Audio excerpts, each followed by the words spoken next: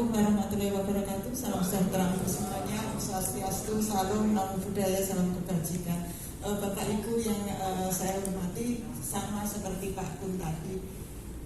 Kemarin saya sempat nyun KAK ke panitia. Harapan saya mungkin sama Pak Kun itu akan tahu kira-kira hari ini yang rawuh itu tuh siapa, karena itu berkaitan dengan materi gitu nih Pak Kun gitu.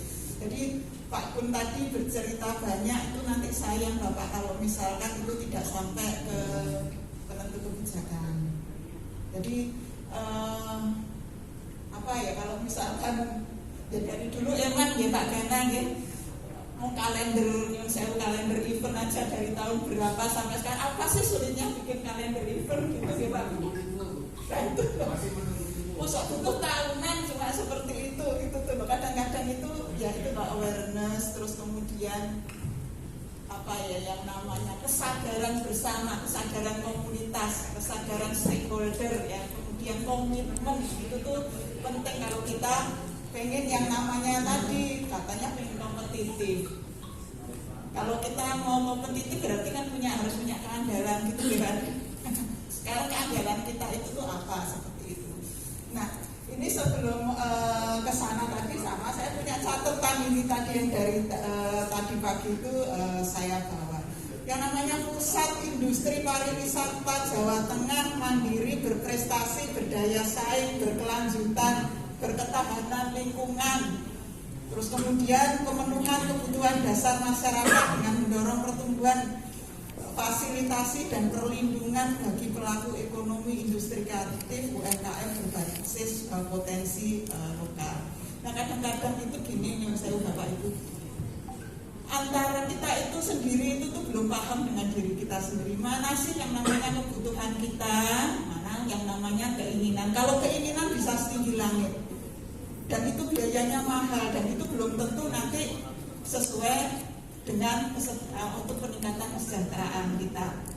Tapi kalau kebutuhan itu tidak terlalu mahal, tetapi menaik sasaran. Ya, ini coba yang pertama ya. Nah ini karena kebingungan saya, bisa diklik Mas. Nah, langsung kliknya langsung gini ya, sudah enggak apa-apa. Ada pertanyaan besar ya, karena saya yakin di dalam pemikiran saya ini kita itu adalah sama-sama punya kepentingan Kendal itu biar maju. Dengan pemikiran tadi ada stakeholder yang berkepentingan datang ya, karena tidak jelas store-nya itu yang banyak itu adalah pertanyaan Mbak Gana ya. Berarti pertanyaan besar kegiatan hari ini itu yang pertama sih sebenarnya tujuan rakor kita itu apa? Rakor kok yang rawuh bukan penentu kebijakan. Karena sudah bisa dititeni kalau di Kendal itu ada acara penentu kebijakannya hilang. Padahal nanti yang sewu bukan hanya guyonan, karena ini penting sekali. Karena nanti yang berpengaruh yang ini adalah penentu kebijakan seperti itu. Sehingga ada pertanyaan dari saya, apa sih tujuan rakor penguatan pengembangan pariwisata industri untuk mewujudkan Kendal yang kompetitif? Dan nanti yang mau mewujudkan siapa?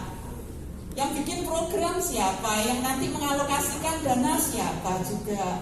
Ya, seperti itu. Terus kemudian ada yang pertanyaan kedua, kenapa kok sektor industri sama pariwisata di Kendal itu penting? Sampai di sini divisinya itu sampai nanti pusatnya Jawa Tengah lagi. Persumbangannya itu seberapa sih? Seberapa besar sih ini menyelesaikan yang namanya tingkat kemiskinan di Kendal? Seberapa besar ini bisa meningkatkan kesejahteraan masyarakat di Kendal? Ya. Terus apakah kegiatan ini merupakan bagian upaya pemasaran sekarang? Nah kalau itu Kendal belum laku, apakah ini merupakan kegiatan pemasaran untuk wilayah Kabupaten Kendal? Tetap saja nanti kalau ini pemasaran, ya yang namanya planning group penentu kebijakan itu ya harus hadir. Ya kenapa? Ya karena kita harus tentukan, tadi Pak Kun sudah cerita banyak. Mau industri, ya industri itu ada dua, ada manufaktur, ada jasa. Di jasa ada pariwisata, sehingga sama nanti apapun yang saya omongkan dengan Pak Kun, cuma caranya berbeda, bahasanya beda, tapi maknanya itu tuh sama. Ya. Apa yang sudah kita lakukan? Kalau kita tadi mau meningkatkan yang namanya mau menguatkan, mengembangkan pariwisata ataupun industri. Nah sekarang kalau kita sekarang kita ini merupakan bagian upaya pemasaran tempat. Kita pernah punya data enggak sih? Pernah memahami siapa sih yang mau beli di Kendal itu? Kan kita itu kayak mau jualan, enggak? Kira-kira yang mau datang itu tuh siapa? Mau turis? Atau misalkan mau investor? Atau new resident? Atau penghuni baru yang mau beli perumahan di sini? Atau yang lainnya ya, tourism, convention ya, ada corporate atau yang mana? Ini apa? Ada enggak di Baperlitbang itu hasil risetnya itu investor yang datang ke sini yang meminati Kendal, wisatawan tadi, sehingga Pak Kun tadi, ini wisatawannya kelas menengah bawah. Ada enggak pernah studi wisatawan yang datang ke sini itu wisatanya kayak apa sih marketnya? Target market kita itu tuh siapa? Mau dari wisatawan, mau dari investor, mau dari kalau misalkan mau beli perumahan di sini itu yang mau beli itu perumahan yang tipe berapa sih? Tipe 36 luas 60, 36 luas 98, tipe 45 luasnya 120 atau yang lainnya. Pernah enggak ada seperti itu? Nah ini harusnya di Baperlitbang itu tuh ada. Terus kemudian kalau kita sudah tahu ini nanti yang mau beli itu ini, yang mau kita jual, kita pernah enggak ada riset? Kita itu mau jualan apa? Ke investor kita mau jualan apa? Infrastruktur. Ke wisatawan kita mau jualan apa? Tadi yang Pak Kun cerita misalkan terkait ini di sini ada kekayaan pemandangan alam yang luar biasa, wisata alam. Di sini ada quality of life masyarakat yang luar biasa. Sehingga muncul desa wisata. Di sana ada masyarakat dan budayanya yang luar biasa, masyarakat yang mengkonservasi alamnya, sehingga muncul tadi tidak hanya 3 masuk nasional itu sudah masuk desa wisata hijau belum? Sudah bisa masuk yang namanya yang di misinya tadi apa? Yang namanya keberlanjutan lingkungan itu belum. Karena kan di desa wisata paling tinggi desa wisata hijau itu adalah konservasi alam. Alami, lestari, rezekine nanti datang. Jeparannya mana? Karena itu tadi datang ke desa wisata itu tidak cukup. Di sana nanti mainan ke sungai. Tapi bagaimana nanti? Saya makan pun adalah makan khas yang di situ. Saya stay di sana pun adalah stay di rumah masyarakat. Bukan nanti harus ke sana. Pemerintahnya tidak konsisten bikin desa wisata, tapi hotel besar boleh masuk. Kan tidak konsisten seperti itu. Kasus Karimun Jawa itu luar biasa, taman nasional. Ya, harusnya bentuknya itu adalah ada pembatasan homestay dari masyarakat, tapi hotel besar masuk. Air tidak ada yang ngebor. Padahal non CAT. Nanti saya cerita nanti terkait dengan CAT ini. Nah, kemudian terkait dengan apa yang sudah kita lakukan itu kita berkaca apa sih yang ada di diri saya, apa sih yang ada di peluang yang di depan mata, terus di sana itu ada ancaman, ada sih saingan kita. Pernah nggak itu diidentifikasikan? Ya baik di wisata maupun industri. Ya lanjut Pak. Kalau iya nanti. Nah ini ya oke lah. Kalau kita industri tadi karena misalkan kita bermimpi yang namanya pusatnya industri sama wisata Jawa Tengah, karena ternyata pendapatan sumbangan sektoral ini industri ini mungkin paling besar. Lanjut Mas ya kita lihat grafiknya sampai beberapa tahun itu kita juga lihat. Lanjut Mas. Nah sumbangannya cukup besar kan industri. Nah sekarang ada pertanyaan lain. Besarnya prosentase sumbangan ini kira-kira berimbas pada masyarakat Kendal. Di sana tempatnya kan lumayan. Kira-kira membawa perubahan kondisi ekonomi masyarakat Kendal enggak? Ya. Di sana ada lapangan usaha yang pertumbuhan ekonominya paling besar, ada konstruksi, ada informasi dan komunikasi, dan ada penyediaan akomodasi dan makanan. pertumbuhannya paling cepat tadi. Tetapi sumbangannya tidak besar. Ya, coba kita lanjut. Nah ini, dengan sumbangan yang sebegitu besar tadi ada pertanyaan besar juga. Kira-kira ya, sektor mana yang paling banyak menyerap tenaga kerja? Kenapa kemiskinan di Kendal itu kok ya masih besar? Masih di zona kuning. Padahal harapannya kemarin kalau kita ikutin musrengan itu Pak Gubernur kan bilang kita selesaikan kemiskinan ini dengan cara menarik investasi. Investasinya apa saja? Bupati wali kota pada paparan. Kira-kira yang dipaparkan oleh Bupati Kendal apa untuk menarik investasi?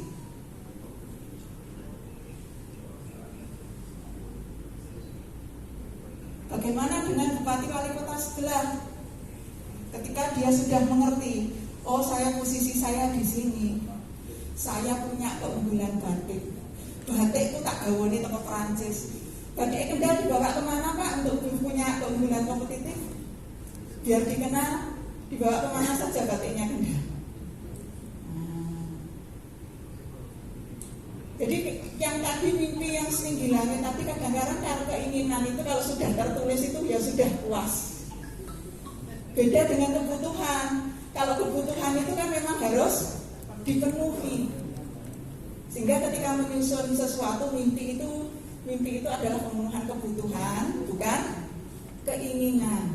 Kalau keinginan nanti banyak amuak. Ya, ini kalau kita lihat ya. Jumlah penduduk miskin Kabupaten Kendal itu berapa sih? Per tahunnya masih naik kan? Di Jawa Tengah juga masih. Itu yang saya merahin itu batangnya. Di situ. Ya. Lanjut. Nah, sekarang tadi ketika bicara industri, Kendal itu kan kayaknya sudah ayem. Kalau dengar KI sekarang jadi KIK. Kayaknya sudah gaungnya luar biasa. Kemudian saya tanya sih, implikasi dari Undang-Undang Nomor 3, masnya yang suka undang-undang, itu tuh apa sih? Ya, ada poin-poin penting ketika kita itu melihat yang namanya Undang-Undang Nomor 3 itu konsekuensinya apa? Ya, yang pertama, perusahaan industri yang akan menjalankan usaha industri itu wajib berada di kawasan industri. Ya, ini terkait dengan konsistensi. Kedua itu apa? Ada 4 jenis industri yang dikecualikan. 1, jika dia tidak ada KI berarti ada di KPI. Jika KI-nya penuh boleh ada di KPI. Terus apabila industri itu memang berbahan baku khusus, harus butuh lokasi khusus sehingga di luar KI. Atau industri yang menggunakan bahan baku khusus, proses produksi yang memerlukan lokal tapi atau yang misalkan tidak menghasilkan limbah, itu boleh di luar KI. Kemudian kalau kita tanya KI kita itu tuh seberapa sih yang sekarang itu sudah terjual? Ada nggak komitmen ketika perizinan itu usaha industri itu tuh harus masuk KI? Kita punya KPI itu luar biasa banyak. KI kita ada KI Kendal penuh. Kalau dari undang-undang itu ya sudah dimasukkan ke KI dulu. Nah, kalau tidak dimasukkan ke KI ya yang muncul kayak gitu. Kaliwungu Selatan di Huruf apapun ini ada harganya lebih murah dari KI. Sekarang kalau ke KI harus nguruk dulu. Airnya belum ada, jalannya belum jelas misalkan. Sekarang kita di Kaliwungu, lingkar Kaliwungu, jalannya lahannya sudah nggak usah nguruk. Airnya siap, bekas sawah, ada irigasi. Inilah yang komitmen itu tidak ada. Nah, apakah seluruh kegiatan industri tadi sudah diarahkan ke KI? Bagaimana KI Kendal itu akan berjalan? Ya, lanjut. Nah, ini kita itu dapat durian runtuh. Ya, dulu kenapa ada KI? Ya, karena mungkin pimpinan kita itu mengajukan Dulu KEK batal jadi KI tidak jadi karena infrastrukturnya kurang, karena punya kedekatan dengan penguasa jadi KEK lagi. Ya kita ditetapkan jadi bagian BPPI. BPPI itu tidak gampang, BPPI itu punya syarat. Ada potensi sumber daya alam, kita punya potensi agronya luar biasa, pertanian kita luar biasa. Ya, sekarang kelengkapan sistem logistik dan transportasi kita dekat, ada pelabuhan, ada dekat dengan Tanjung Mas. Tapi dekat itu bukan berarti aksesnya bagus. Karena sekarang itu melihat yang namanya akses itu dari waktu pencapaian. Ya, sedekat apapun lah tidak ada jalan ya nggak akan nyampe. Ya seperti itu. Sekarang lagi ada yang namanya penguatan dan pendalaman yang namanya rantai nilai. Ada enggak? Industri kita yang di sini itu punya rantai nilai dengan hasil-hasil lokal enggak? Atau food loss? Bisa dimanapun, nanti bosen di Kendal, UMK-nya naik pindah ke tempat lain. Beda dengan yang punya ikatan. Saya ngambil bahan bakunya dari sini. Tadi Pak Gana cerita apa Pak, kasur ya Pak ya. Hospital bed. Itu ternyata dari Solo ya Pak. Dari Solo di sini cuma kayak distributor saja. Coba kalau misalkan, di sini ada pabrik pengolahan pakan ternak, jagungnya kita kan tinggi ya, konsumsi untuk pakan ayam juga tinggi kan. Nah, telur di Kendal itu nomor berapa sih produknya di Jawa itu? Kenapa sih kalau kita beli jagung panen dijual ke Surabaya, nanti kita pakan ternak belinya dari Surabaya? Kapan kita sejahteranya? Ya, jadi komitmen itu tuh tadi harus ada ya. Terus kemudian memiliki potensi sumber daya air. Oke, dulu itu Kendal itu merupakan daerah disas, air bagus. Sekarang kira-kira airnya masih bagus enggak? Wallah. Karena run off kita itu 75,23%. Harusnya maksimal itu kalau ini 38%. Sehingga ketika hujan itu banjir kan? Karena resapan sudah berkurang. Kebutuhan air kita dari mana? Ngebor kan? Nah, ini kita perlu pertimbangkan ya.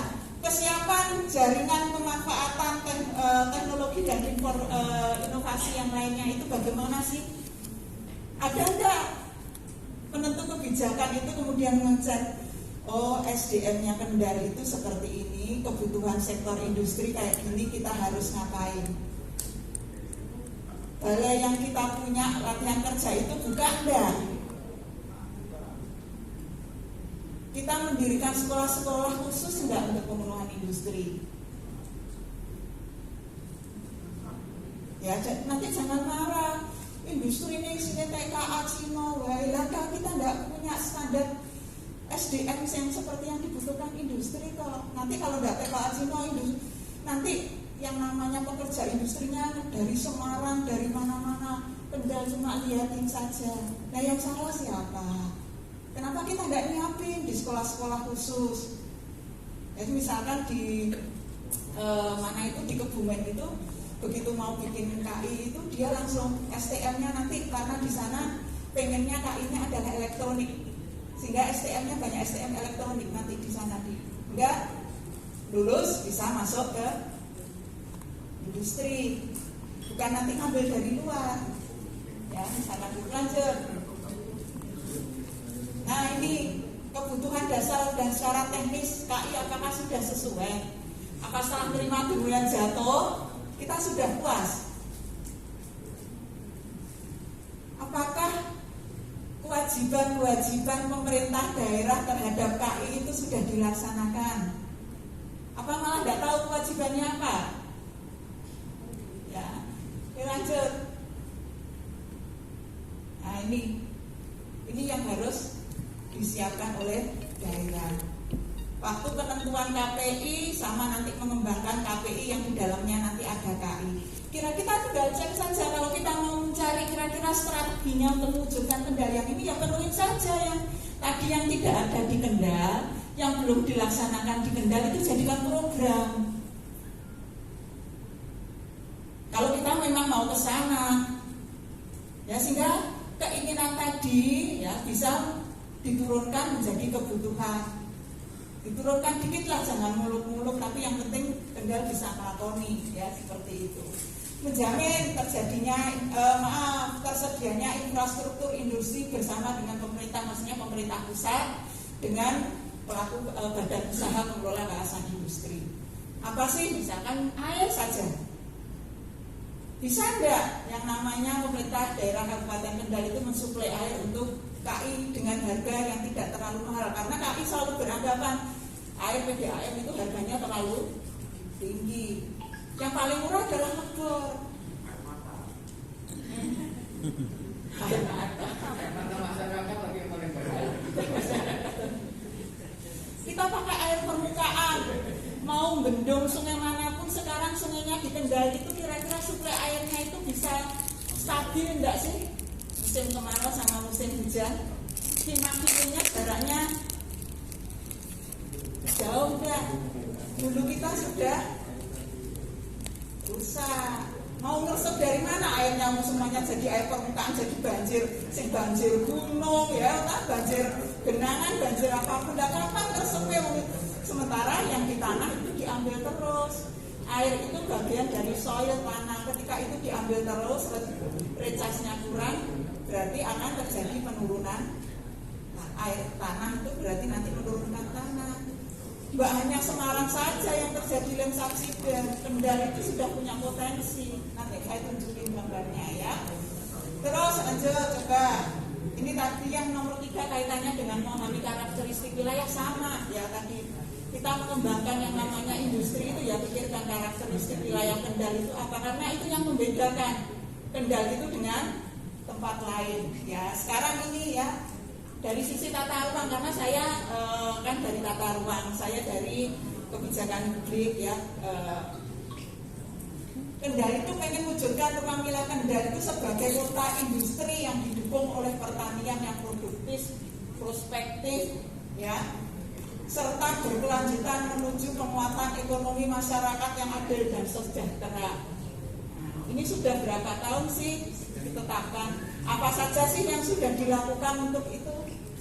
Apakah cukup puas hanya menetapkan tadi 5.109 hektar tambak di sisi utaranya Kendal itu sudah berubah jadi KI tadi, sampai mangrove ditelan menjadi KI.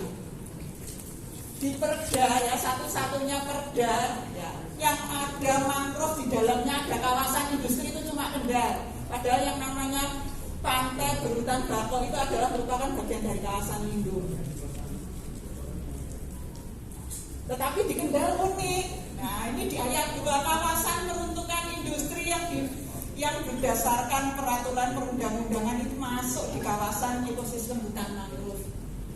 Itu paling unik di Kendal. Nanti panjenengan bisa cek di pasal 32. Saking-sakingnya kue ini kabeh itu dari kawasan industri. Saya selalu bertanya, simbol hidup itu air sama pangan apa kawasan peruntukan industri? Tidak ada air, tidak ada pangan, apakah kita dengan kawasan industri itu bisa hidup ketika pandemi? Distribusi logistik ketutup.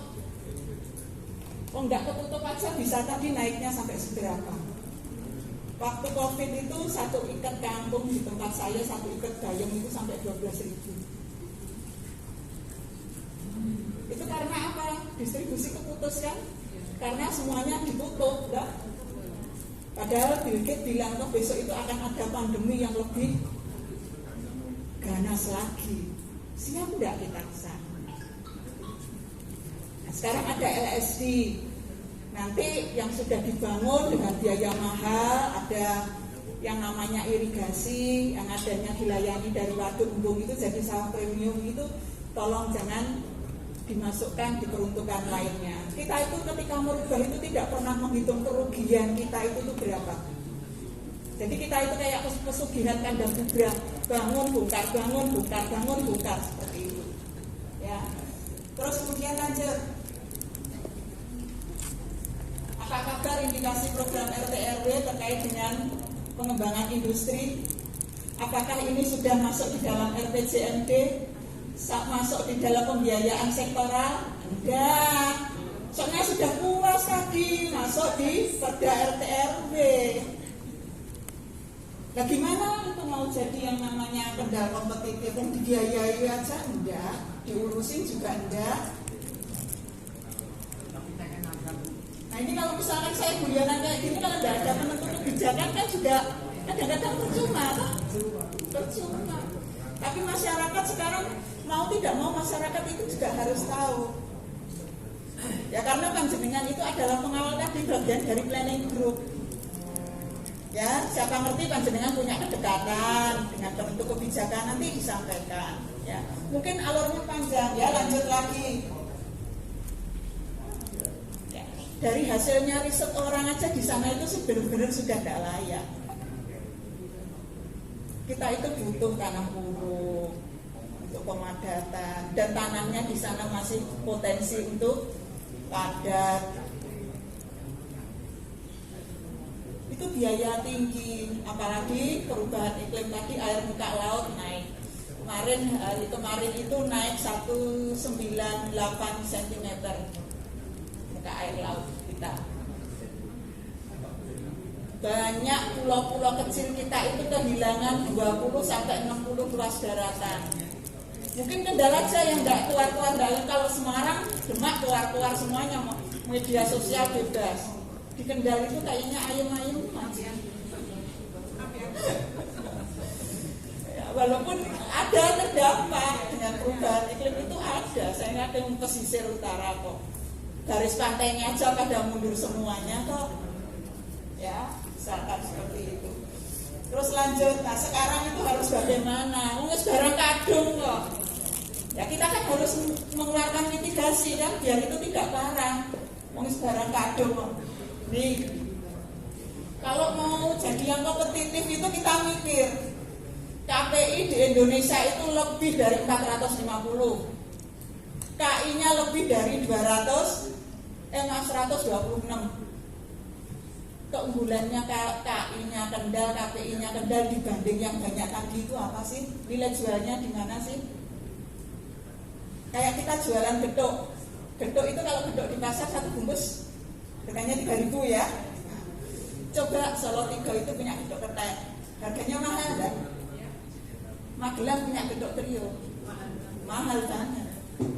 Sekarang kalau kawasan industri tadi dianalogikan itu kawasan mahalnya bedanya kawasan industri Kendal dengan Wijaya Kusuma dengan yang namanya kawasan yang lain itu apa? KPI Kendal keunggulannya dengan KPI yang ada di Kabupaten Semarang dan yang lainnya itu keunggulannya apa sih? Karena kan kita mau berkompetisi. Saya selalu ingatkan, to be the only one itu lebih penting daripada to be number one.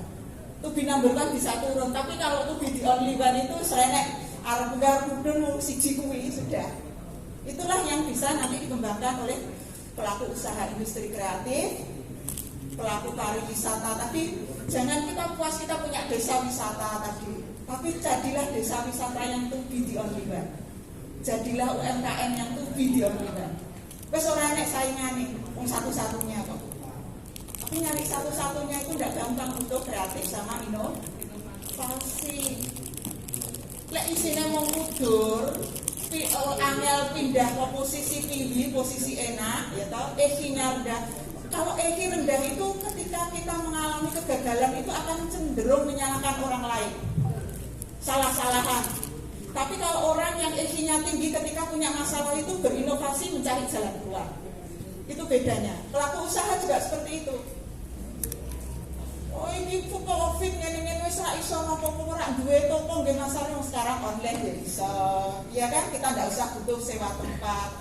Arep dagang pecel wae dadak golek enggon nggih nyewa tempat nggih macam-macam. Kenapa sih misalkan bikin geprek atau pecel di rumah dengan promosi online. Yang penting apa? Jejaring. Kita itu harus Jaring itu penting, makanya tadi Pak Pun tadi cerita ekspor itu tidak usah butuh lewat mana-mana tadi ya. Yang namanya misalkan pekerja migran tadi di Korea di mana, oh pengen bandeng tanpa durinya Kendal dikirim ke sana. Titik-titik pengen itu besar, ya. Nah, bagaimana strategi ke depan usaha industri di Kendal itu siap bersaing? Apakah KI di Kendal itu siap bersaing? Tadi ini ada KI ini di Indonesia ada 126. Ya, lanjut. Nah, sekarang bagaimana dengan pengembangan Kendal sebagai BPTI dari dari segitu banyak ini? Dari segitu banyak itu mana yang bisa dijalankan oleh Kabupaten Kendal? Dari Semene Ade, Projo. Tahu maksudnya. Nah, mana yang bisa dilakukan Kendal itu kita pilihin, kita evaluasi. Ya, setidaknya satu dulu lah. Dari yang paling kecil yang bisa dilakoni kita lakoni dulu. Daripada kita nggak ngapa-ngapain sama sekali. Karena kita mau berkompetisi. Ya, lanjut. Nah, ini misalkan air. Kita itu memang dapat berkah kita itu di mana sih? Di daerah casnya air. Ya, yang ada gambarnya yang apa? Yang growong apa ya? Growong. Yang lubang yang kelihatan citranya itu adalah daerah non CAT. Daerah non CAT itu kalau hujan itu cenderung rawan longsor, rawan gerakan tanah.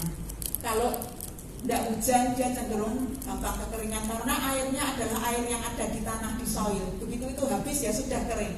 Kalau CAT itu dia punya yang namanya groundwater, makanya bisa diambil sampai dalam.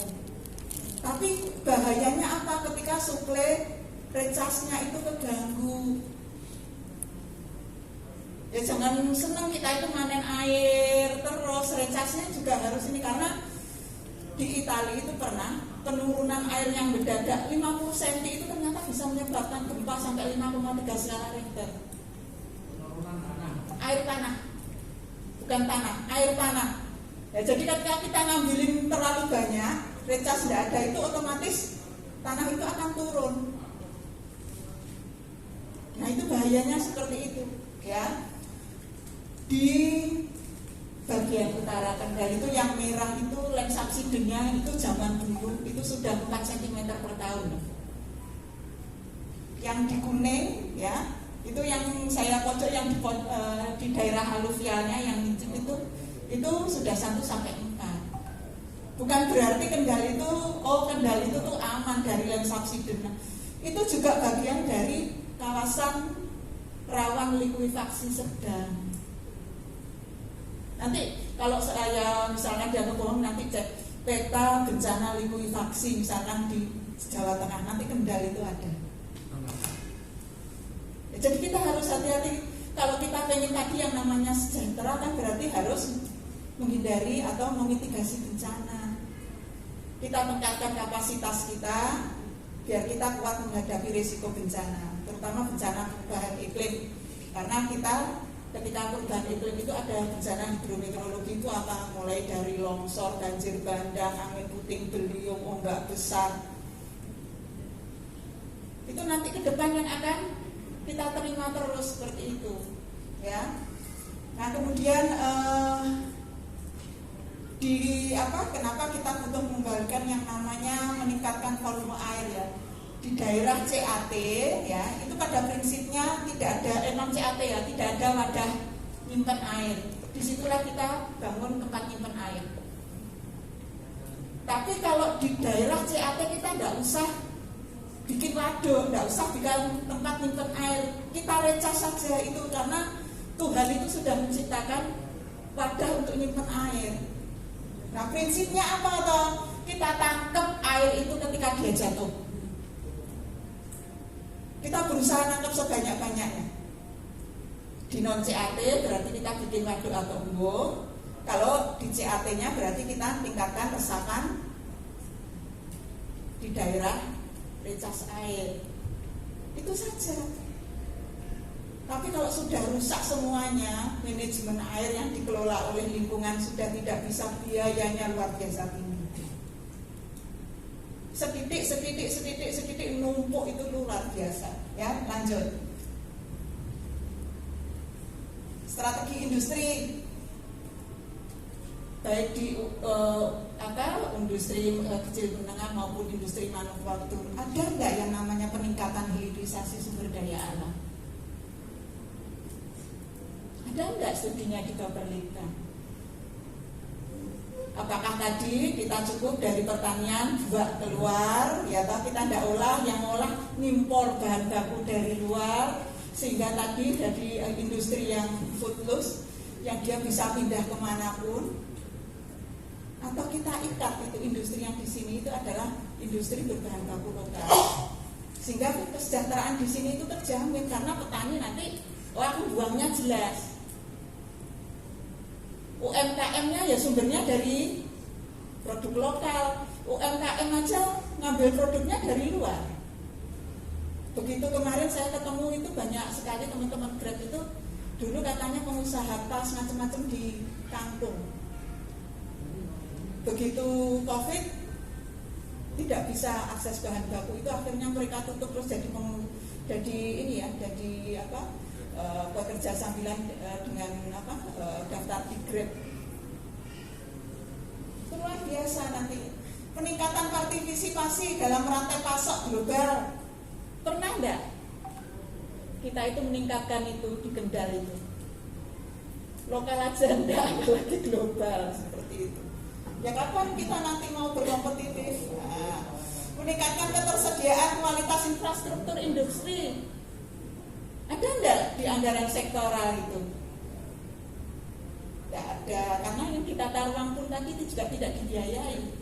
Ya, kemudian penyiapan calon-calon eksportir dari UMKM, ada enggak? Atau sudah puas UMKM-nya kalau diundang di daerah, di kabupaten, ya kan, cuma soal itu, atau sebenarnya mau mengembang ke sana? Ini tergantung dua-duanya. Ya, karena semua orang sekarang harus aktif, jangan nunggu pemerintah terus, karena pemerintah akan dijaga nih gitu. Ya. Kemudian kebijakan-kebijakan terkait dengan perbaikan iklim usaha di Kendal. Ada enggak? Ya, terus kemudian opsi untuk mengubah kebijakan industri manufaktur, meningkatkan investasi sumber daya manusia. Mau tidak mau kita nanti mau menuju industrialisasi, sudah mau menuju, sudah nyemplung di sana, tapi kita masih ketinggalan. Ya, terus bagaimana pengembangan industri baru itu termasuk yang terkait dengan produksi alat-alat kesehatan yang sekarang lagi di Madura itu juga seperti itu. Sekarang tapi petani yang namanya rumput laut itu juga sudah mulai ada yang bikin karantina. Jadi dia tahu serbuk itu nanti untuk kapsul, untuk bungkusnya kapsul obat. Nah, bungkus kapsul obat sehingga tidak dijual dengan harga dasar 3.000 per kilo. Tapi ya itu tadi, begitu ada yang berhasil melek, ya kan, orang niru, tapi kadang-kadang jatuh nih. Itulah iklim kita itu tidak jeleknya di iklim usaha kita itu seperti itu. Sehingga tadi yang namanya kebijakan perbaikan iklim usaha itu harus ada. Ya. Terus ketiga adalah penguatan teknologi produk. Saya sering kali dengar Pak Dana itu, di sini tuh ada ini loh, Kendal itu ternyata itu punya teknologi macam-macam ngolah ini, tapi kenapa itu tidak dipakai di Kendal sendiri? Misalkan lanjut. Mengapa ke depan industri pariwisata dan agribisnis, saya sebut agribisnis ya.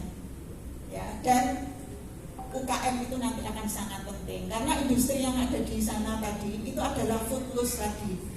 Tapi kalau industri agribisnis itu nampak di lokal, itu nanti bisa jual sayurnya, pariwisata kan kayak gandungan dan yang lainnya, olahan pangannya apapun UMKM itu pun nanti muter semuanya di situ. Ya, terus yang terakhir, kenapa nanti ke UMKM lebih industri ke sana?